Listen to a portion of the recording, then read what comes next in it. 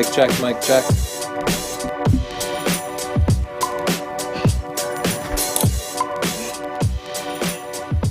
My seat keeps falling, so I'm getting shorter and shorter periodically. I like it. I feel big. It's pretty much 5 o'clock, and you're watching Chelsea and Tony live. If you want to submit your night or astro photo to be reviewed by the wonderful Kyle Wolfe, do that right now. Go to stp.io/submit and submit your picture.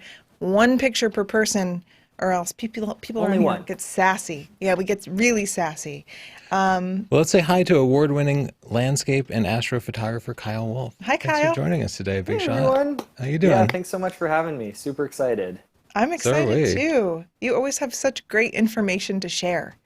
So I'm excited too. Yeah, I've been practicing more with astrophotography. Last time I came on the show, I only shot a couple times, but I've done a lot more shoots since then. So hopefully I'll have more information to provide to you guys. Yeah, I'm sure you will. I think the way we'll handle it is we'll look at some pictures and things will come up and we'll just kind of get your take on them as we go, if that's cool with you. Totally. Sounds Let's introduce our screener out in Rochester, New York. Chris, ready?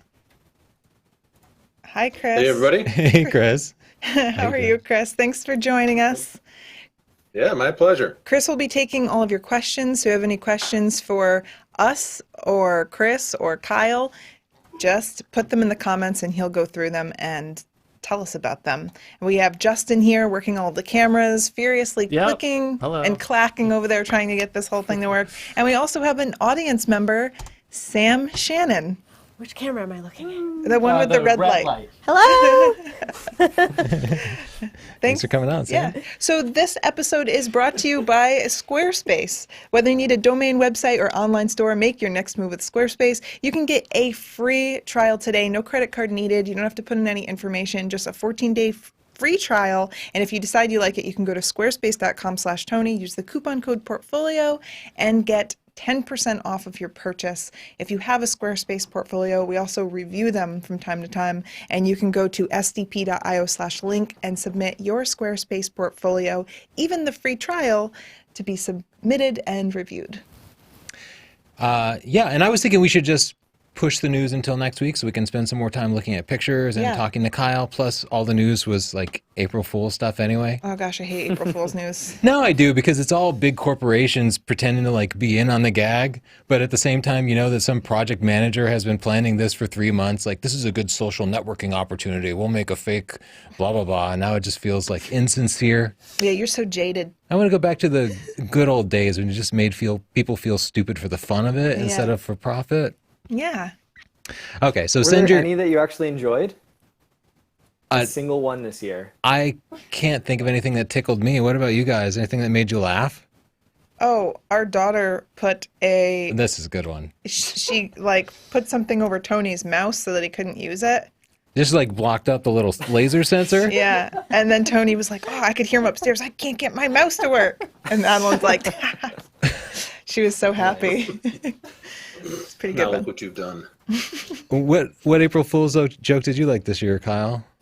I thought that the one that Black Diamond did was interesting. They had the heated chalk bag, which at first I was like, okay, yeah, totally April Fool's, thought it was funny. And then when I went on their site, they actually like had it available to purchase and like go through checkout and everything with it. So I don't know what the deal with that was. If that was just a link that they put through that you could actually buy and then they just refund your order. But I thought that that was pretty interesting. I guess I didn't see it. A heated chalk bag for like rock climbers? Yeah. Oh, okay. That's pretty funny. Okay, I have some pictures imported. These look like some amazing star pictures. So let's go into the develop module here and check it out. Wow. I like this picture. These are the things this has a lot of the things we're going to be looking for, which is not just a nice clear view of the Milky Way, but something kind of nice in the foreground. You get bonus points for kind of working terrestrial and stars into the mix. I have a question for Kyle already. Oh, wow. Kyle, how do you deal with this mixed lighting that you can see in this photo? You can see that the buildings look kind of greeny yellow, not a really pleasing color. How do you deal with all of the different light sources in your photos? So especially for a photo like this, where you've got a huge variance in exposure, I would probably end up shooting two different shots. So I would do one for everything that you see that's in the foreground, and then another one for the sky. And then just so that you can kind of have those two as separate layers to work with in Photoshop. And I would probably shoot the foreground frame a little bit darker and then vary the white balance so that you can work with it so it doesn't look too green or too yellow. I think they did a pretty good job here with balancing all of that stuff. I would probably try to just bring down the exposure a little bit on that brightest light source in the foreground and maybe cool it down a little bit. But overall, they did a pretty good job with balancing the dynamic range, I think. Yeah, I Good think suggestion. so too. I also think it's not necessarily too late, especially if you shot raw. You can drag in like a graduated Yeah. filter in Lightroom and get a lot of that done. Ooh, they got a huge shooting star Nice. here. Look at that. Right through the band. That's awesome. Yeah, we can see a little bit of green in it. Or maybe that's just chromatic aberration. I'm not sure. Do you have the date on this? If you press I a second time, I just want to see if this is Let where me see. it I says think meteor I have it shower. set up to non-default settings, but Okay. I No can go in worries. here and look at the metadata. August 12th, 2015. Oh, 2015. That I think August is around the time that the Perseids meteor shower normally happens. That's at least what I immediately thought it could have been because I shot that last year and there were some pretty cool meteors that struck right next to the Milky Way. What's your technique for catching a meteor? Since, like, do you just stare at the sky and try to snap it real quick when you see one? I just basically set it up into like time-lapse mode and just have it shoot a bunch of like 30-second exposures back to back because there's really no way that you're going to be able to be quick enough to hit the shutter as soon as one happens, or at least if you want to catch a large portion of it. So I think it's better to just set up in looking at a part of the sky that you've seen a lot of them and then just have it keep going, you know, back-to-back 30-second exposures until it catches something. Mako, your shot turned out great, and I want to point out this guy's shooting on a T3i with the kit lens. A lot of people think you need like very expensive high-end equipment to do astrophotography, and I'll say you can definitely, it will give you like cleaner images, but whatever you have, you should get out there and get those shots. I like that he included Yeah, some well of the tree line because I think it adds some depth to the photo. Yeah. I see a lot of pictures of Definitely. just the sky and it's a little bit boring. Bodie Island Light Station, Wow. not a composite. This is beautiful. That red lighting in that building down there is really cool. It is cool. It's different, right? Very nice contrast. Um, I'm trying to figure out if all of the light coming up there, all of the rays and stuff, if those were worked on in post or if that's just where there's railings along the side of the lighthouse. Yeah, I was trying to figure that out too, and I think it might be, I don't know. I think it might be real, Kyle. Look at how it meets the brightest light. It looks really natural. Yeah. It's hard to that's tell really though. cool. If it is photoshopped, you did a good job because it looks totally realistic. But yeah, that's really interesting. You've got a lot of cool dynamics going into the shot. I'm gonna Yeah, give this good one a job, Bart. pick. This is my first pick of the night. wow. Wow. Holy cow. That's You got a very holy colorful. cow out of Sam. I love the colors. Yeah, there's a lot of different kind of stylistic approaches to processing the Milky Way. I don't think that any of them are more correct than the others because that's the one thing with astrophotography that's very different from a lot of different, other types of landscape photography is you don't see the night sky like this with your eyes. So there's no real comparison for you to be able to say, oh, this is realistic. With say you're at the Grand Canyon and somebody has this picture that's really saturated, super high HDR, all of that stuff. You have a frame of comparison from what you can see with your eyes versus night sky stuff. That's not really something that you have much comparison with. So it kind of gives you more creative latitude, and it's nice because you can just take it in whatever direction you want. And I think that this is really interesting that you have so many different palettes of different colors in here. I don't think I have any suggestions for the processing. Pretty good amount of contrast, looks sharp. There is a lot of saturation in it, but at the same time, when it popped up, we all felt something, like we exclaimed Right. something. And so, yeah, maybe it's not hyper realistic, but it moved us. Yeah, and I and that's the reaction you kind of want to get. I think you make a it's great eye-catching. point, Kyle. It's not realistic to begin with because you don't walk outside and see this. So it doesn't seem cheesy Exactly. if you see it kind of punched up a bit. That is something I've never thought about My before. one suggestion would be to just bring up the shadows in the foreground. Just, I like the way that Yeah. looks. Yeah, and maybe blend that foreground a little Yeah. with a little bigger of a gradient. There's a little bit of hair. Oh, in we there. have to give him a pick. Good job, Chris. Yeah. Hamburg Harbor. Definitely, the first white balance is cityscape always a of it. challenge shooting at night in a city. How do you deal with that, Kyle? Oh, a lot of brushes in Lightroom.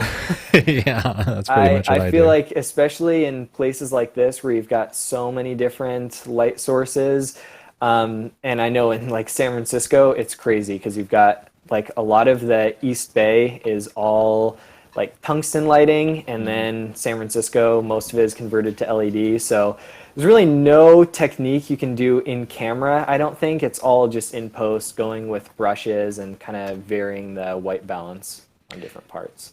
Do you think all these blues out on the boats are just LEDs? Is that why they're appearing so blue? It could actually be that there is some like intentionally blue lighting on those for decoration. Yeah, maybe. I think that's a little bit too, because you can see yeah, it's a off little much with the blue. on the top left of the picture that there is actually some LED lights along the road, I think.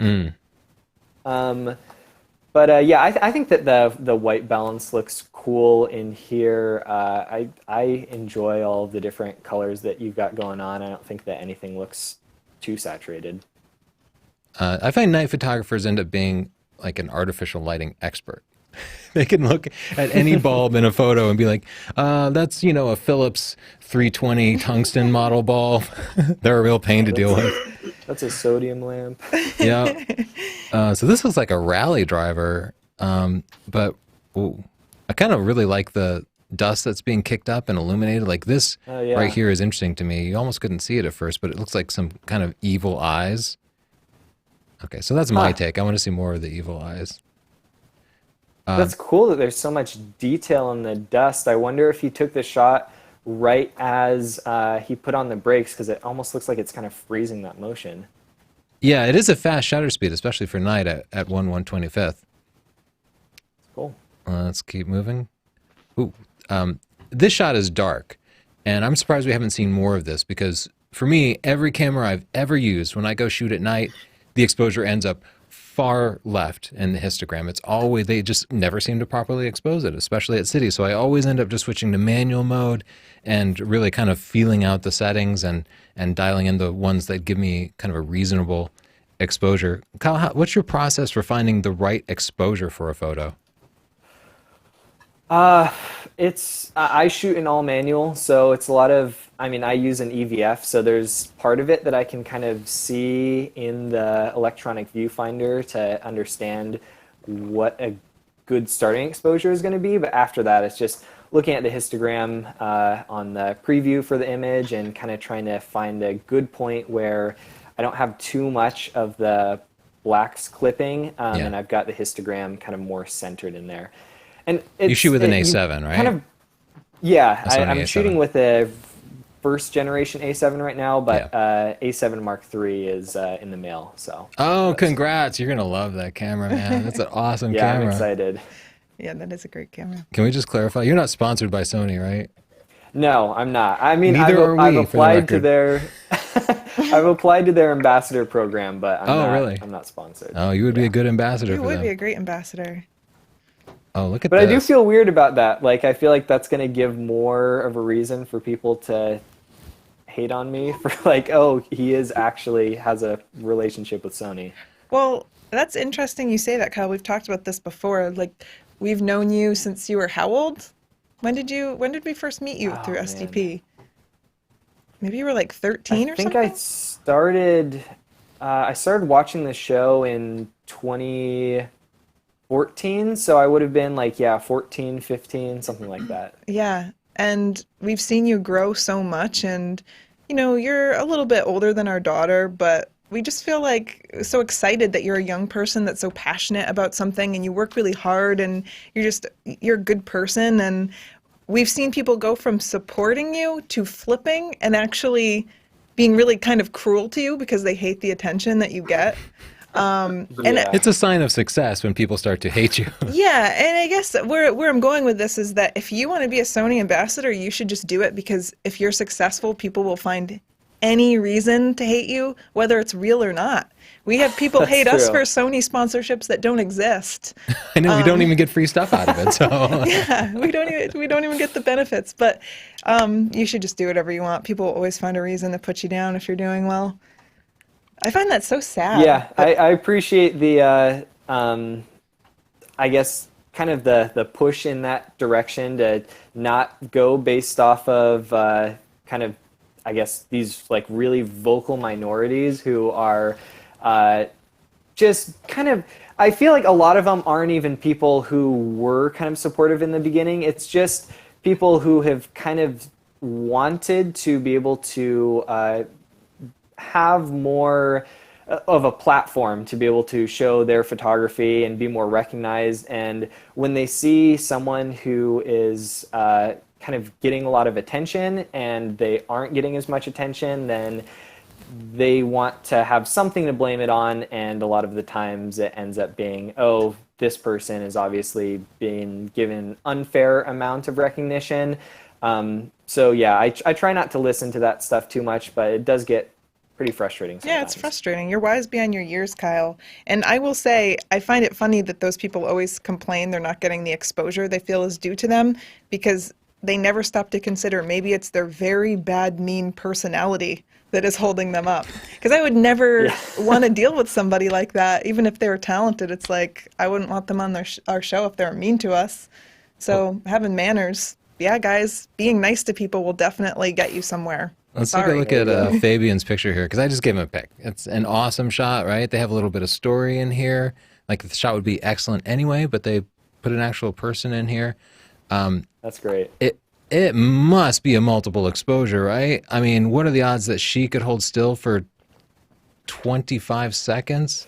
Though I don't know. I don't see any I trace of that. doubt that, especially seeing like her hair is completely sharp back there. I'm definitely guessing that this is two shots that were blended together. But Oh, They did a yeah, you great can see job. some artifacts here. Like, see where the kind of masking of the hair became a challenge for them. right. Sorry to completely bust on you, Fabian. I was just interested in your process, because that is part of what we do here is teach the process to others. You did a fantastic job.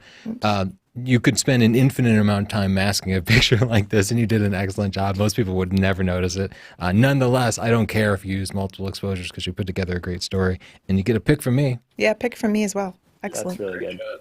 Oh boy, Lewis Chan, one of our Oh, favorites. Lewis. Shark Fin Cove in the Milky Way. Kyle, what do you think about the color here? My inclination was to pull it a little cooler, but do you think Lewis has made the right call? Okay, so I actually know a little bit of the process behind this photo. I'm pretty sure because I was actually with him when he took the frame for the sky, and it's actually from a different place. Oh, So the way that he blended this in is he wanted to try to kind of match the color for what you would get when you are in Santa Cruz. There's a little bit of light pollution there, and you kind of get that yellow band towards the bottom of the image. So I think he's trying to go for realism here. You could definitely, if you wanted to, bring this more towards the cool side of the spectrum. But I think for the look that he was going for here, that kind of more yellowish orange works pretty well. yeah, I was just noticing his metadata says that he's at 237 seconds, but we're not seeing any star trails in there, and you would definitely see like noticeable star trails beyond 30 seconds.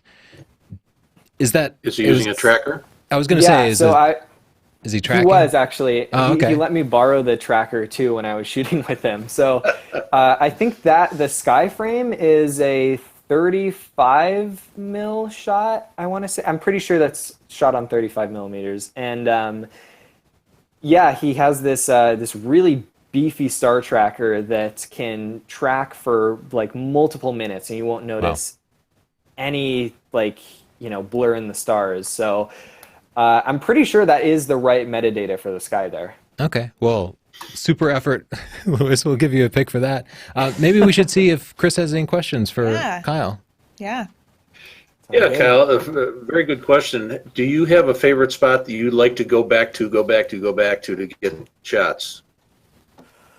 Recently, this isn't necessarily for astrophotography, but there's this park in Livermore, which is kind of Southeast Bay, that in the spring has these really beautiful rolling green hills, and it looks pretty similar to like the Windows XP default background. And so I've been going back there like basically every week and just getting out there for sunrise and trying to get shots with different weather. So I wanted to get a shot where it was just direct light that was backlighting the hills, and then now I'm trying to go back and get some good clouds. So that's a spot that I've been really liking recently, but of course, like always, the spots in Yosemite, and further away from me, like in Zion and stuff. There's a lot of spots that I really like to try and go back to, so I can keep getting pictures in different conditions. Yeah, I guess it just depends where I am. Cool. You want to take a look at a Another portfolio? good- Oh, I'm sorry. Go He ahead, has another Chris. He has another. It's okay. Another good question. Do you have any tricks for handling light pollution? I know that there is a filter that you can buy for your camera that actually cuts down the certain wavelengths of light that are emitted from light pollution. And I haven't tried that yet. It's in my shopping cart right now on B&H. So I was going to try that out soon and see how that works. But I think a lot of it is just managing your exposure. So when you're shooting, try to shoot with your highest exposure settings possible, where your stars aren't blurring. It's a method called exposing to the right, so that you can make sure you have as much detail as possible. And then just work with graduated filters and brushes and Lightroom to try and bring down the exposure on those parts that have a lot of light pollution. Overall, I just say just try to get to spots that don't have as much. Get up to high altitudes, places where you're further away from the city, and also try to shoot on nights where there's low humidity, because that'll help a lot. Yeah, and there's a website where you can look up where there's light pollution too, right? So if people aren't sure where Yeah. there's less light pollution, I don't know the name of the website, you can look it up. It's Dark Site Sky. Finder. What There's is a it? couple of them. There's a bunch One of of them. them There's is- an overlay for Google Maps also called Dark Sky that you can just put on top of Google Maps. Oh, okay.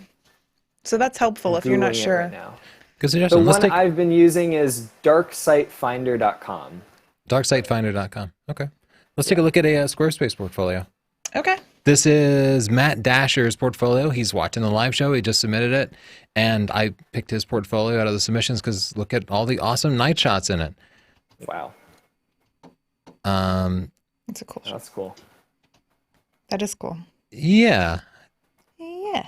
I was thinking about the process. Yeah, me That's all. too. I know exactly what you meant. So this, it's definitely a composite of some type, right? I can't zoom in, but interesting effect on the stars. Gorgeous sky here. Lots of greens in the sky, but it got a shooting star. I bet that makes a beautiful print. I love the tracking shot here, the slow shutter speed. We just did a sports show the other day, and that slow shutter speed helps out so much. Oh, Nice could you landscape go shot. back to that Milky Way one a second ago? I think it Yeah. was two back. That is really cool. He's got like clouds in the bottom right Oh, corner that yeah. are like Wow, I love it when you can actually get low clouds for night shoots because it blocks a ton of the light pollution. If you're in an Oh, area where cloud inversions happen and you can get up to a high altitude, that is a really, really good way to block out some of the light pollution. Because even in San Francisco, if you go up to Mount Tam, if there's fog that's covering the San Francisco Bay, you can actually get some decent Milky Way shots. Very cool oh, tip. cool. I didn't know that. Let's see what else we got here. Lots of star shots. It looks like there might be a building or something with artificial lights here, kind of lighting up the trees. Sometimes people will light paint them too. Oh, he really likes these. Look at this great reflection there. Yeah, that's beautiful. Great shots, Matt. Overall, just a great portfolio. I love the clouds that you have here. Shadow lunar eclipse looks like. Or solar eclipse, rather. Lightning shot. Have you shot lightning, Kyle? I've attempted. Yeah, I made a couple of attempts too. I haven't had very good luck. I want to get one of those devices that will trigger the camera when lightning happens. Photo trigger, I that's think, something like that.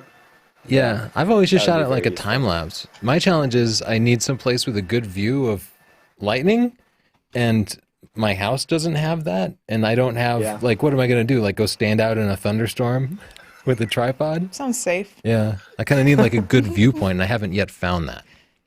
So, how do you feel about this portfolio so far? It's kind of mixed bag, but he's got a lot of great pictures. I think he could weed out some of his weaker photos. There are a lot. Yeah, I'd weed I this feel one like you out. could separate it into some categories. A few 'cause there's categories. kind of a Yeah. lot going on. Yeah, I agree. I'm a little overwhelmed by the variation from photo to photo. So maybe keep all your night in one category and your landscape stuff in another. It looks like you have some sports stuff. But overall, great pictures. I like that your website is very clean and simple. And look, he's got a store set up because Squarespace includes a store with every portfolio. Contact. I'd like to see a little information there. He's got a separate about page. Oh, he has an about page. Yeah. Sorry. But he can blend those. His Great. kids are awesome. Now he's just bragging. I Husband like- to a beautiful wife. Yeah, he's cool. And I like the bullet list. He knows that I have no attention span. Okay, great. Believes tacos should be one of the food groups. This guy Wow. seems like we could hang out. Okay.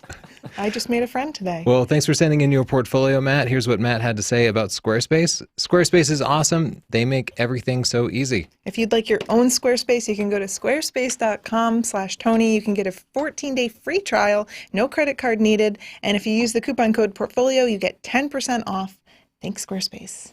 You want to take a look at a couple of pictures and then go into chit chat? Yeah, actually, I want to tell people about where they could find Kyle. Kyle, what's your handle on Instagram? Because I saw that Sony Alpha featured one of your amazing pictures, and I want people to Yeah, that follow you. was super exciting. That must have been so exciting. Yeah, that's something I've been trying for a while. So when they contacted me and it was a photo that was super far back in my portfolio, I was like, wow, they actually looked through all those pictures and found something that they like. So that was super exciting That's moment so for me. cool. You can check me out on Instagram, Kyle Wolf _. And Wolf with then an on E. Twitter, oh, that's right. Yeah. Wolf has an E at the end of it. And then on Twitter, I'm Alpha Wolf Photo. And then my website, quick link is just sdb.io/Kyle. I like that link. Okay, cool. Let's take a look at a couple of, yeah, you have amazing pictures, and I would encourage people to browse through. These shots are just awesome. Oh, look at that beautiful doggo. And look at Andy Green and his green night sky. Is this Aurora Borealis, or is that just Yeah. reflections off of the clouds? I guess it must be the Aurora. I think it is. Yeah, fantastic shot. This might be one of those cases where, as you suggested earlier, multiple exposures would work, because these buildings look really cool, but they're just so Yeah. blown out. I think that would need to be like at least probably 4 stops darker to be able Yeah. to get detail in that. Yeah. Sorry, I had a question and I lost it. Philip K. Nice fireworks shot. This is probably a composite too, but I think it turned out to be a really cool effect. The blending on that is phenomenal. Yeah, let's try to peek. Wow. Like such a Maybe jerk. it is one shot. Yeah, Yeah, it doesn't look. I don't see any artifacts. So How could they? if it is a composite, I mean, how could they crush blend it. it that perfectly? Maybe it's original. I mean, usually they don't put out all the fireworks like this until the end, and by then you have all this like smoke and stuff Yeah, kind of but mixed to up. make But there a is some point, smoke in there. they usually also set up all the fireworks in one spot, not spread across the sky like that. Yeah, good point. Maybe. I don't know. It turns out awesome. Great shot. We should do Yeah, a it show looks called really- Photography Forensics, and then we analyze photos and try to figure out how they took them and stuff. If it's real. I like that idea. Kevin Drury. You know that's our favorite. Whenever we get a picture and we don't know how they did it, we're both like, wait a minute. What if they did this? What if they did that? So here we have this silhouette of the power lines here, and that kind of becomes the focal point. And I think the lines here are interesting. We barely have the city in the frame. What could they do to make this more, to make the stars just pop more, Kyle? I think a lot of it is that you've got light pollution that's clouding it out. Yeah. I wonder, it's so blue that I almost feel like the moon is somewhere in the sky, kind of off frame. So if it is, just try to shoot on a night that the moon is either it's a new moon, so there's no light reflecting off of it, or shoot at a time between when it has already set before it rises, or on a night that it doesn't rise at all. So the moon will actually really cloud out a lot of your stars because there's so much light reflecting off of it into the sky that you just won't have as much clarity in the Milky Way. So always try to shoot at a time when the moon isn't out in the sky. So, Kyle, one thing I'm realizing about you is that through doing this photography, you've learned so much about the cycles of the moon and just the impact of weather on your photos. So there must be multiple sites that you use to manage that. Where do you look up the cycle of the moon? How is that? Great question. I use actually an app that was recommended by Tony, Sun Surveyor. That is a very, very good application to be able to just plan out all of your shoots. So it has an ephemeris in it to be able to see what phase the moon is going to be in, but and what times it's going to rise and set. But also, my favorite thing about it is you can go in, find a location, and go in on Google Street View, and it will actually have an overlay to show where the moon is going to rise and set on there at which times, and where the Milky Way is going to be. So you don't even need to go to the location to actually scout it out and figure out all of that stuff for the composition. So that's definitely my favorite app to be able to plan stuff out. I know PhotoPills has similar overlays and stuff, but Sun Surveyor, to my knowledge, is the only one that has that augmented reality for Google Maps. So definitely check that out. That's a great tool to have. That's how we figure out where we're going to get our lighthouse shots with the moon behind it. You just have to figure it out beforehand. Otherwise, you're running around and you only have a few minutes while the moon is rising. So having good tools, knowing which tools to use is an important part of being a photographer as well. And weather apps too, because you need to know, like, obviously if there are clouds in the sky, your star shots are shot. So for me, I'm always looking for clear skies, no moon, low humidity, and low humidity too. And even little wispy clouds that won't show up as cloudy, like that'll wreck it. So I need to actually be looking at like radar and such. Dang, It gets Tony's on the really radar, complex. Kyle. You think Tony's playing around, Kyle? He's got radar technology. On the radar. Check out this cool moonshot. I think we're actually seeing it's kind of overexposed, but I think so much that we're seeing the dark side of the moon there. Oh, wow. And some stars in the background, which you don't what? normally see. Well, you know, like I'm not trying to the figure far out. side of the moon, but the unlit part of the moon. Is that in front of the sun? Why is it so bright on one side? Yeah. I think it's just like a 3/4 moon. I think Blood this part would moon? just be Huh, black. I don't That's actually I don't cool. know. But we see the should- stars in there too, and you don't normally see the moon and the stars just because the exposure difference is so much. Like it's probably 30 stops difference. I am just trying to figure out what's happening. I think it's just an overexposed moonshot. But it's a cool effect. It is Yeah, cool. the colors are really stunning. Yeah, I agree with you, Kyle. I like the colors a lot. Nice Wow. little people in the foreground here. First shot of the Milky Way. Oh, nice. That's really, really good for your first shot. Yeah. I don't know. I feel like especially the first time you are just it's so difficult to figure everything out. You are just like fumbling around with your camera in the dark, trying to understand like what settings are going to work for it. So for this being your first shot, that's really stunning. You had perfect placement of the Milky Way in this composition. Yeah. I like what you did with having some people in the foreground. The colors are interesting. You are off to a good start, Jensen. Nice work. Yeah, well done. I agree with you, Kyle, and you make such a good point about your first time being so difficult. You have to learn how to use your camera in the dark, which is something most Yeah. people don't think about.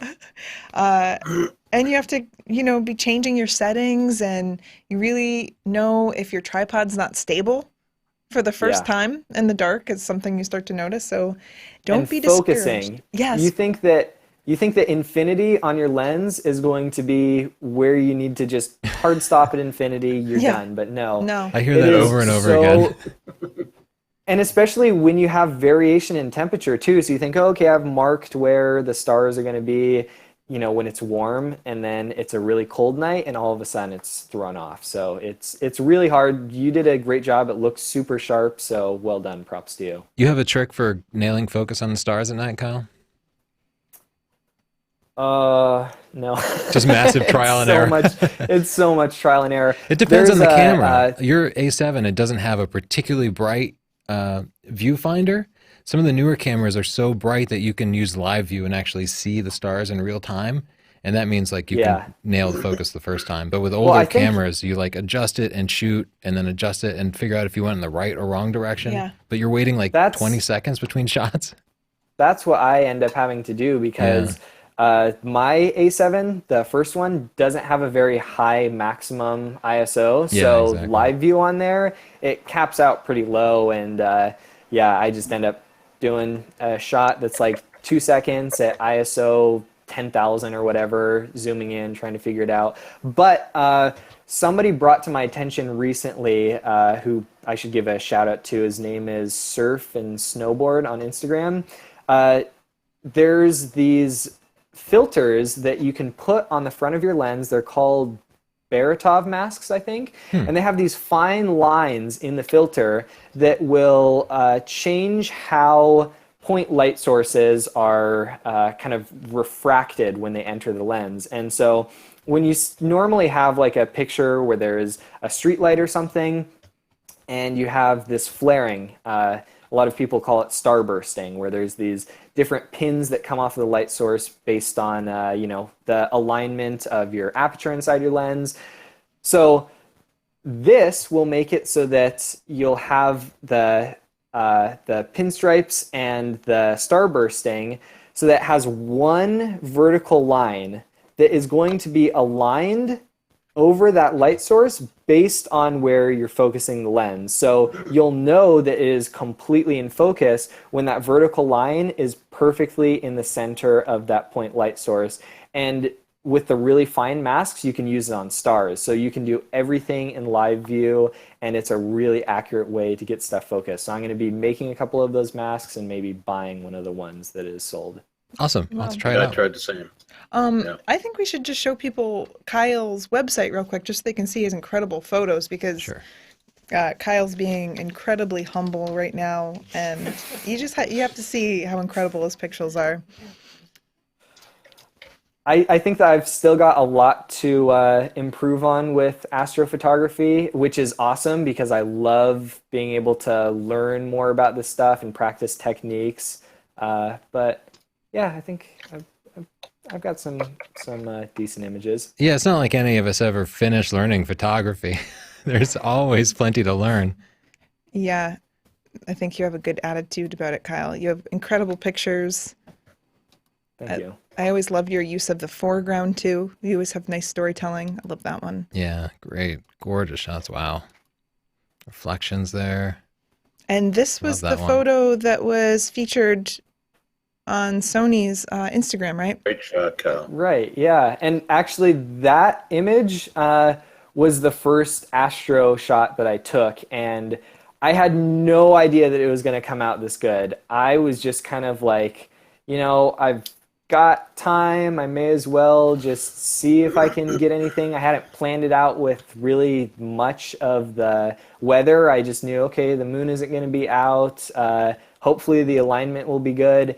And I don't know, just the images on the back of my LCD were immediately, I was like, oh my God, I did not realize that you could actually get pictures that are this clear of the Milky Way. So I just spent probably the next like 6 hours of the night or something running around trying to get that alignment there with the arch. Yeah. If I didn't get a really good shot my first time doing astrophotography, I don't know if I would be so passionate about it, because it's one of those things that is so difficult that I could see, like, you know, especially if you go out a ton of times and just can't get any results, that you would be totally deterred from it. So if you're watching and you haven't gotten any good astro shots yet, keep trying, because stuff like this is possible. You don't need super expensive gear. It just takes a lot of practice and kind of trial and error until you can get a good shot, and just do a ton of planning until you can find the perfect locations and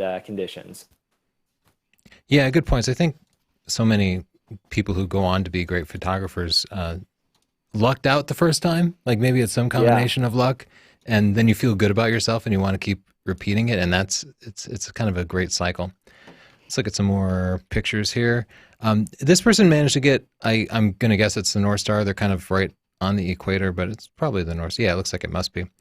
But it's cool because it's so close to the horizon, because they're like right on the equator. When I shoot the North Star, it's much further up. I think it turned out great. A nice 25-second exposure. I will say there's a couple little, you can see they were stacking images. They're shooting 25-second exposures and then blending them in post, and their process was interrupted twice. And that happens so often because your battery runs out, or I don't know, something breaks it. But what I would always do is just trim off the start and end of it to get rid of that gap. Like I would just pick the longest successful sequence, and then like you this wouldn't have little that one. gap. Yeah. And I would, That's a cool shot. I agree with you. I think that probably better just to go with whichever one was the longest on that. Do you know, are there any software processing methods to be able to fill that gap, like without having to go in and individually do it? I suggest a tool in chapter 10 of Stunning Digital Photography that will do it. It figures out where it needs to rotate around and spins it. And I suppose you could just Photoshop, just transform and rotate the layer and just line it up correctly. True. And so, yeah, you could patch that in, or you could even completely fake star trails if you felt like it. Okay, I've definitely had this experience a few times living out here in snowy areas in the winter. yeah, this is depressing me. I want summer. Oh, I see. We have somebody walking around with a headlamp, probably. Oh, that's neat. I thought this was like some cool lightning thing at first, but I really think the path there is cool. I'm going to give Farouk a pick awesome on that. And the star trails look pretty perfect too. You can see the star trails aren't crisp because Farouk had to focus in the foreground, but I think they made the right choice. And, you know, you can't just go shoot at f/22 or you'd lose all your light. Yeah, another situation where I think having two different, I guess, groups for layers, having your one for the foreground and then another one for the sky could help this out. But I don't know, maybe it's just the compression on Google Hangouts, but it doesn't look too bad. It's pretty good. And this is a 20-minute exposure in a single shot. Wow, this is a single shot. Yeah, so I don't know that he would have been able to properly estimate what the exposure was going to be. I know I would kind of be just taking a guess. He probably just stuck it on bulb and let it run and come back at some point. You're right, the foreground is like a little bit overexposed, but at 20 minutes at a time, you know, what are you going to do? Like shoot 20 minutes and then come back and be like, okay, we need to walk up and down again. I still think it turned out pretty cool. This has no foreground subject, but the stars look pretty gorgeous. 3,600 seconds. Is that 60 minutes, a full hour? Why would you get the star effect at 2.8? I know that there's a couple of lenses that will burst at 2.8, like my Zeiss Loxia. That one does. And he's at especially f11 now. Oh, is he at F11? Oh yeah, there it is. Okay. F11 Yeah, you get a there. pick. Sam is giving you thumbs up, so that gets you You'll an instant definitely pick. get bursting off of that, and especially when you have it tracked like he is, since those stars aren't sorry. blurring, you'll get a lot of that light entering at that exact angle that gives you that bursting. That's really cool. Amazing shot, Gediminas. I'd love to hear what sort of rig you set up. I've never done that. Oh, look. Oh, Chris, Chris ready. First Nice, attempt. Chris. Chris, are you Show off. ready for our critique? Oh, man, the puns. I was born ready. Where was this shot, Chris? Thank you. And that really was my first time out there. It worked out Nice. fantastic. Yeah, This is what beautiful. location were you at? It's in the Finger Lakes. It's called Hemlock Lake. It's just the darkest part around here because there's no activity allowed on the lake because it's actually the water supply for Rochester, New York. So there's no lights, no houses, and it's a great place. There's a little park at the north end of it. Nice. Yeah, the exposure is good. It would be cool if you could find a really calm night and see if you could get more of a reflection in the lake. That Yeah. would be another cool dynamic, but it looks good, especially first attempt. That's crazy. Great Yeah, suggestion. You know, I'm going to give Chris a pick just so he has a weird conflict of interest as he sets up Yeah. the contest.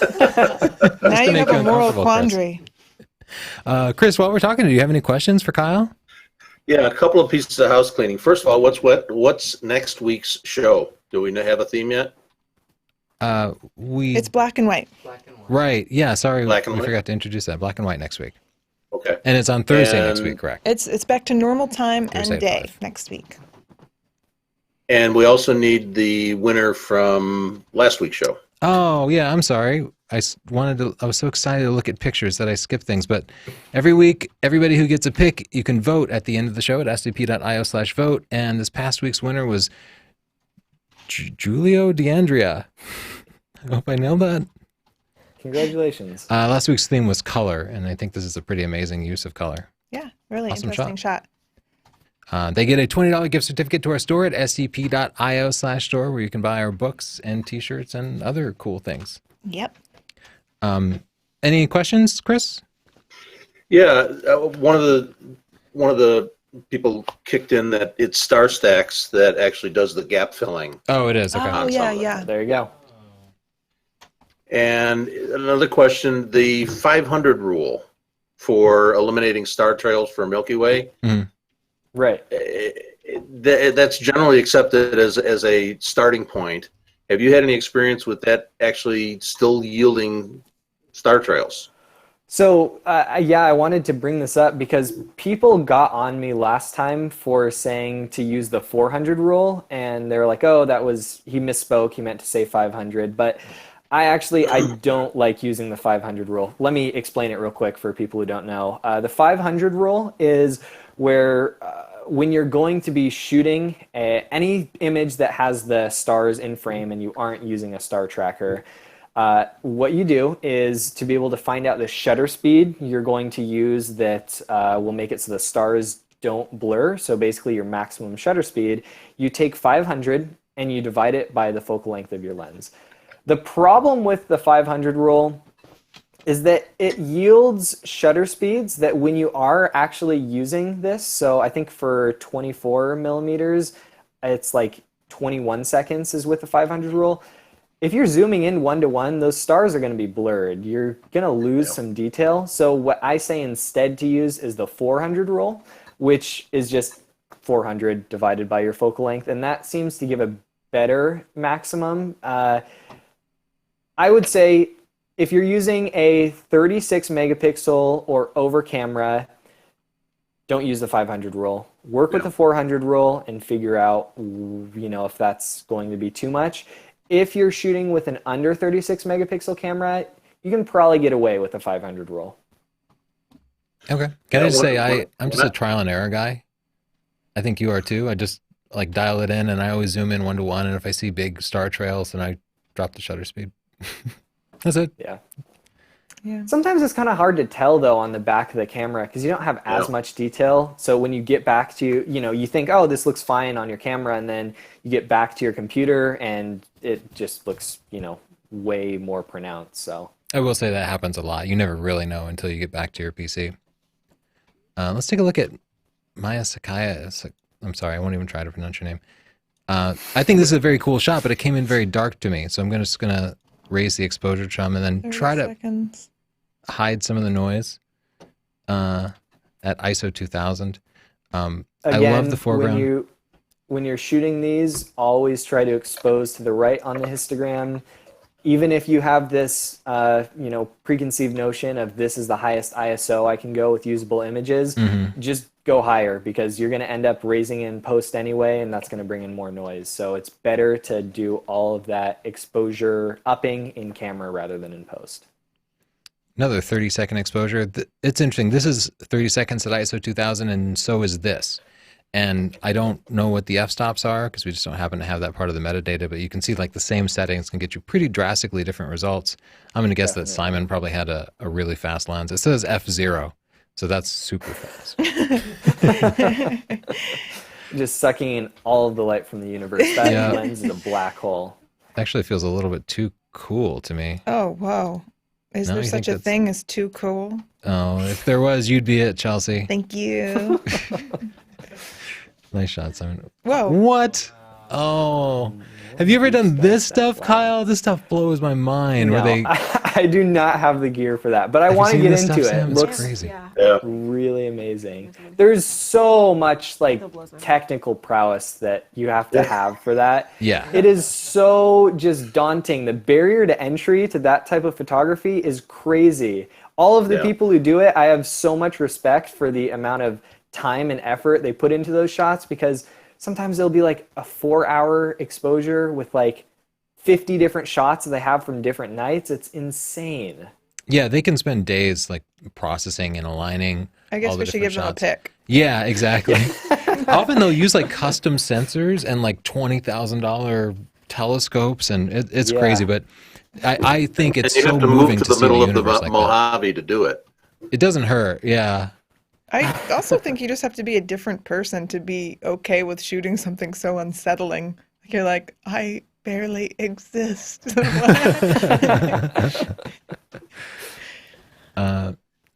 So we finally have like a city shot. We haven't seen many of these, but No, we haven't. lots of movement in it. I love the person in the foreground and the composition around the arch. I think it's really cool. I like your adjustment to the white balance, Charles, but overall, good story.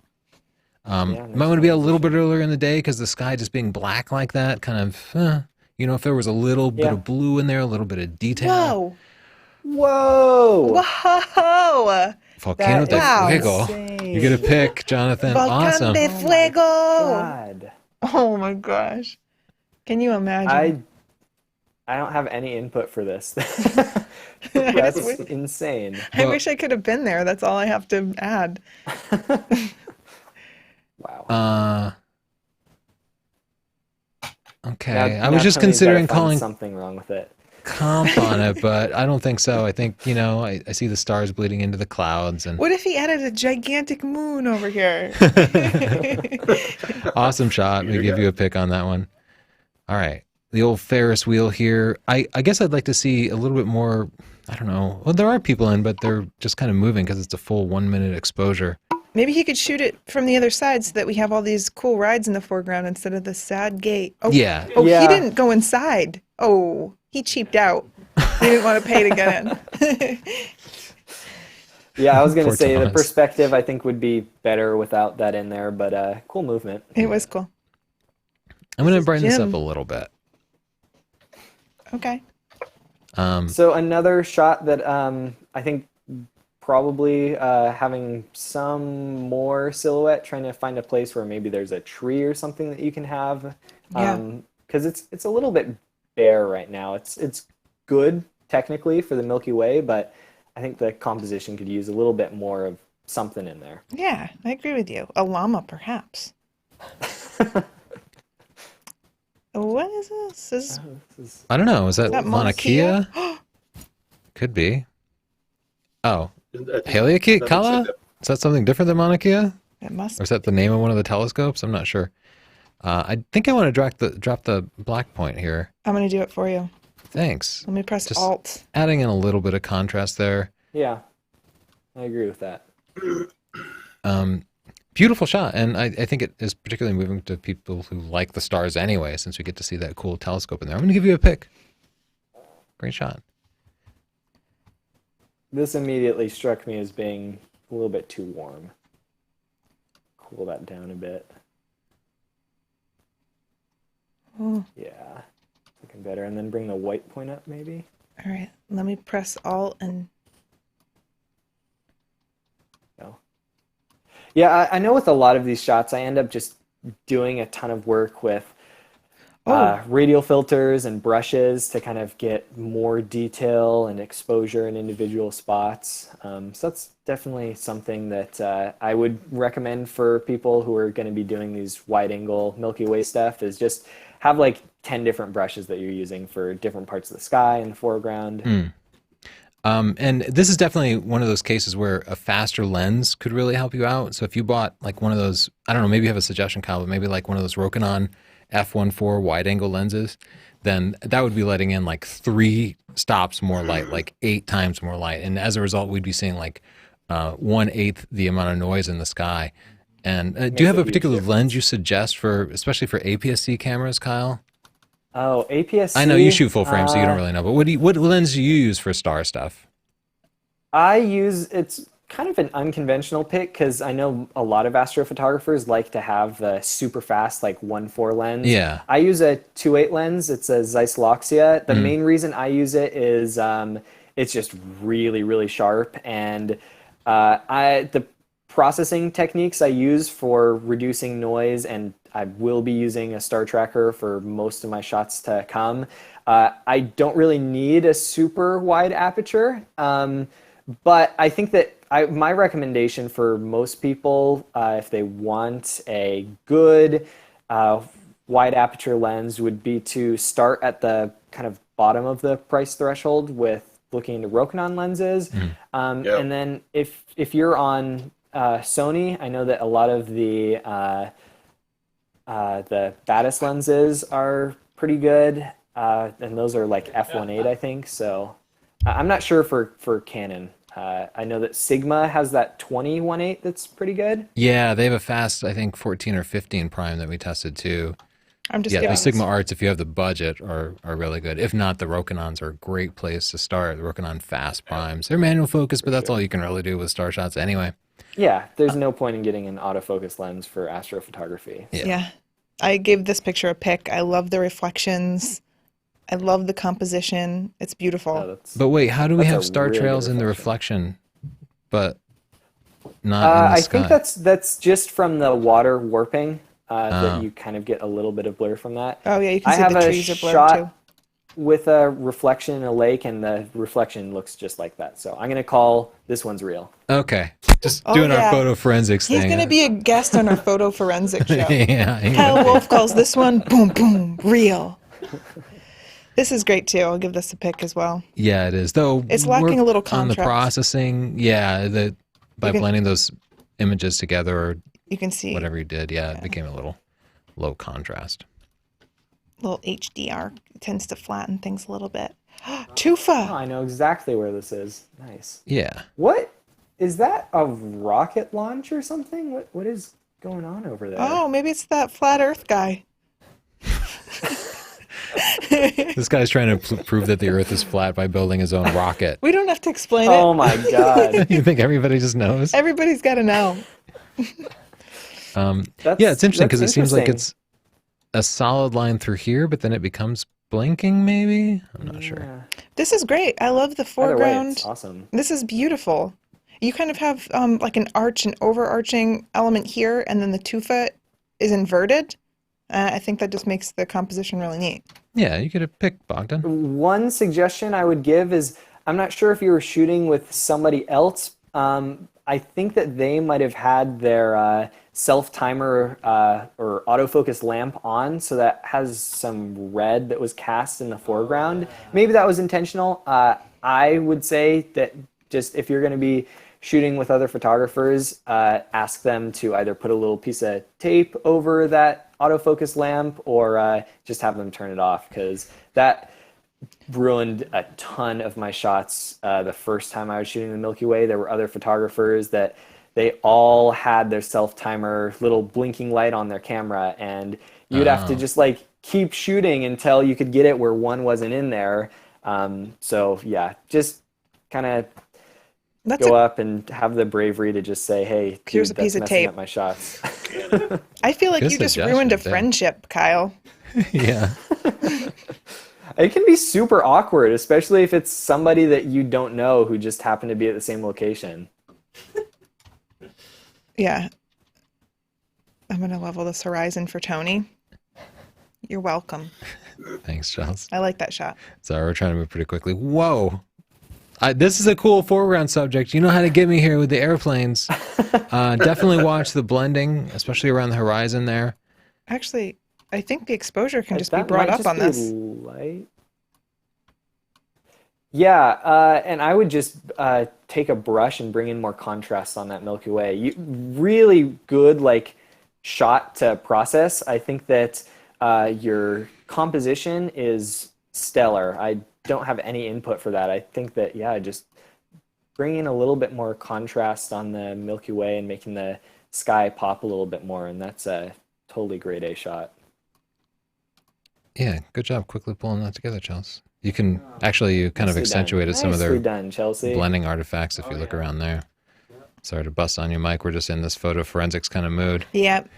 Got a Thanks to Tony and Chelsea. Thank you, Ravi. very nice shot. I'm trying to figure out, Ooh. it must be a tight crop or something, because Yeah. Yeah, There shouldn't be this I much was actually noise. going to ask if it's zoomed in, like in the Lightroom window. No, that's it. But Wow. it feels a little bit tight. I would maybe shoot it either in vertical or do it a little bit wider, just because I don't know, it feels like we're cutting off a little bit of the Milky Way in the Yeah. corner there. Whoa. Good shot. This is cool. I'm going to give this one a pick Just too. pick it. The sky is blue, but it matches so perfectly with the blue in the buildings. Right. Yeah, awesome shot. Oh, that must have taken a lot of pictures. Yeah, those were long star trails. Yeah. How about this one? We need like some more contrast in there, right? Got to raise that I exposure. think we can bring some. up the exposure. Let's not Yeah, be there is a lot of light pollution in there, but shy. Kyle, what do you do? Do you just leave the airplane trails going through your star shots, or do you No, have? I always Sorry, go ahead. I either clone them out, or what I do is I shoot a ton of pictures without moving the camera at all, and I will just blend in a frame that doesn't have that in there, or where it's at a different spot, just mask it out. Yeah, I think that they're pretty distracting, unless it's something really cool like a meteor or something like that. Yeah. I always try to take them out. This is such a cool shot. I love the lit up tent in the foreground. I love the color contrast, the yellow of the tent against the blue and purple sky. Really pretty. Just use that So smooth graduated with the filter when long you blend it. exposure. It is so smooth. Perfect shutter speed that they picked for this. Yeah, I love the long exposures for that. That's one great thing Heck. about night. Makes Oops. everything nice and smooth. Was that Mount Rainier? I think that's in Washington. I don't know. That's really beautiful. It is really beautiful. This is another one where I think we could just bring out the contrast in the sky. Yeah. Yeah. Their foreground exposure is actually really good in this one. Seems like you got some awesome details in the mountain and the trees underneath. Yeah, maybe they had the moon behind them, or it seems like there's Yeah. some light source on it. Yeah, it's really nice. And that's another thing is I'm sorry, I had mentioned before to not shoot when the moon is out. For your sky frames, definitely try to make sure that the moon is either really low on the horizon or underneath the horizon when you're shooting. But if you want to get a really well illuminated foreground that you can't really light paint, or it's going to be too dark to have a really long exposure, just wait around until either the moon comes out or it's starting to kind of go into blue hour. That time when it's not like really super vibrant in the sky, but you've still got a little bit of light, that will provide enough illumination on the foreground to be able to have a decently exposed shot at a low ISO that you can just blend together with your sky frame. I know some photography purists think that that's kind of cheating, but I do that all the time with my shots. Cheater. That was harsh. Awesome shot, Johan. I'm going to give you a pick. I like this a lot. We should start wrapping up. Oh, yeah. We've We been are more than an hour, but maybe we should close it out with a question or two for Kyle. We got a lot of great shots this week, guys. Great work, everybody. Yeah, Kyle, especially for you, have you heard anything about, and I have not, the Star Eater issue on Sony cameras? Oh, boy. Yes, I have. I'm trying to think if I've read anywhere if the A7 Mark III has that issue. I think it does. I haven't ever had to deal with it because I just never updated my camera after I heard that that was an issue in one of the software updates. But I'm really not looking forward to having to deal with that on the A7 Mark III. I don't know exactly what the technical reason behind it is, but it ruins a lot of your pictures because where there's stars, for whatever reason, the sensor is recognizing that maybe as some type of noise that needs to reduce, and it ends up getting rid of a lot of the kind of fainter stars in the image. Oh. Yeah, I don't know why. At least that's they what I've haven't fixed heard. it. Yeah. I think they have. I just pulled up like some petapixel thing. Oh, really? Yeah. How do they fix it? According to this article, I'm just kind of skimming it, but Kyle, look Okay, at this hopefully they picture. have. That I know. I was just like, I wanted to stop the conversation for a second to admire this because that is brilliant. It's so beautiful. I am totally struggling with the color, though. I don't know what the right choice for that is. Kyle, thank you so much for joining us. You had so much incredible feedback to give people, and you just have so much knowledge about this topic. Thank you guys so much for having me. It's always a pleasure to come on, and I really love being able to share my passion and knowledge for this and hopefully inspire people to get out and shoot. Thanks, Kyle. And if Yeah, you guys awesome. want to You see know so more much. from Kyle, which you should, go to Instagram and go to Kyle Wolf _, and that's Wolf with an E at the end. Yeah, or Alpha Wolf with an E at the end .org, alphawolf.org, and he links over to his Instagram and Twitter and stuff, and you can just admire his pictures, order his prints, buy his calendar. All of that. And of course, Thank thank you you. to Squarespace, our sponsor. If you want an awesome portfolio to make your pictures look great, go to squarespace.com/Tony. That gets you a 14-day free trial, no credit card required. Put your pictures up there, change your templates, make yourself look awesome. And if you like it, use the coupon code portfolio and you can save yourself 10% off. And send your site to us next week and we'll take a look at it. Thursday at 5 o'clock, we're looking at your black and white photos 1 week from tomorrow. Oh, thank you, Chris. Thank you, Sam. Thank you, Justin. And thank all of you for watching. We'll see you next week. Bye, guys. Bye. Bye. Ooh, That is Kyle, that all. was really awesome. Awesome. Kyle, I didn't want to Thanks. say anything. Well, yeah, she saw plenty of the processing that you guys were doing on the images, so at least she's got that. Yeah. Ask him if he does he play the guitar? Can he? Do you play the guitar, Kyle? Sam wants to know.